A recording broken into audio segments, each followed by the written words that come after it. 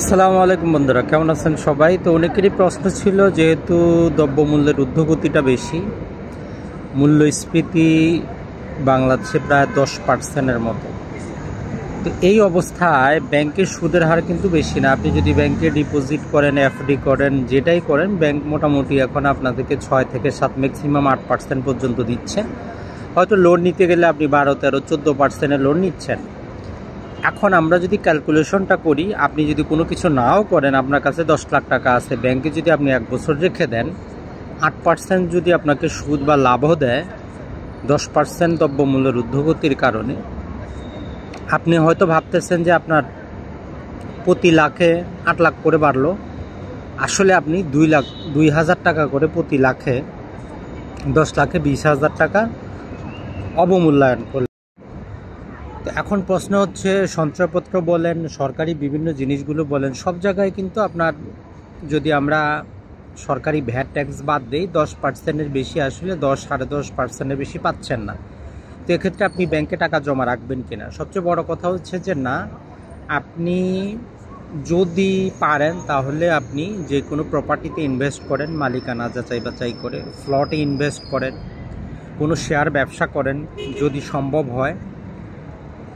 শুধু ব্যাংকে টাকা জমা রাখে আপনার কোনো লাভ নাই। প্রতি বছর আপনার মনে হচ্ছে যে 8% হিসাবে আপনি লাভ পাচ্ছেন, কিন্তু 10% দ্রব্যমূল্যের ঊর্ধ্বগতির কারণে 2,000 টাকা করে আপনার মান চলে যাচ্ছে। মানে আজকে 1 লাখ টাকা দিয়ে যে জিনিসটা কিনতে পারতেছেন, আগামী বছর ওই জিনিসটা কেনার জন্য 1,10,000 টাকা লাগবে। তো দ্রব্যমূল্যের ঊর্ধ্বগতি প্লাস আপনার সুদ হিসাব করলে দেখা যাবে যে আপনার কাছে আছে 1,08,000 টাকা। তো 2,000 টাকা আপনি কোথায় পাবেন? তো এই জন্য সবচেয়ে বেস্ট হচ্ছে, আপনি যখনই কোনো লাভ ক্যালকুলেশন করবেন, মুনাফার সুদ ক্যালকুলেশন করবেন, মাথায় রাখবেন যে দ্রব্যমূল্যের ঊর্ধ্বগতিটা কত। সেইটা বাদ দেওয়ার পর চিন্তা করেন যে কত পার্সেন্ট পাচ্ছেন, 1%, 2%, না জিরো, না মাইনাসে আসতেছে।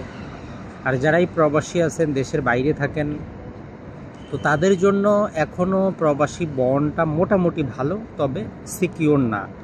এই অর্থে সিকিউর না যে আপনি 5 বছর 10 লাখ টাকা রাখলেন, সেটা আপনাকে যে মুনাফাটা দিবে মাত্র 2% আপনি পাচ্ছেন। কারণ 10% হিসাবে যদি আমরা হিসাব করি, 12 থেকে 10 বাদ গেলে 2। তো এই জন্য বেস্ট হচ্ছে আপনি যে কোনো প্রপার্টিতে ইনভেস্ট করার আগ পর্যন্ত যতদিন রাখা সম্ভব সেখানেই রাখেন, অন্তত 2% করে বাড়লো। আর যখনই কোথাও কোনো প্রপার্টি পাবেন সেখানে ইনভেস্ট করবেন, যে মালিকানা যাচাই বাছাই করে।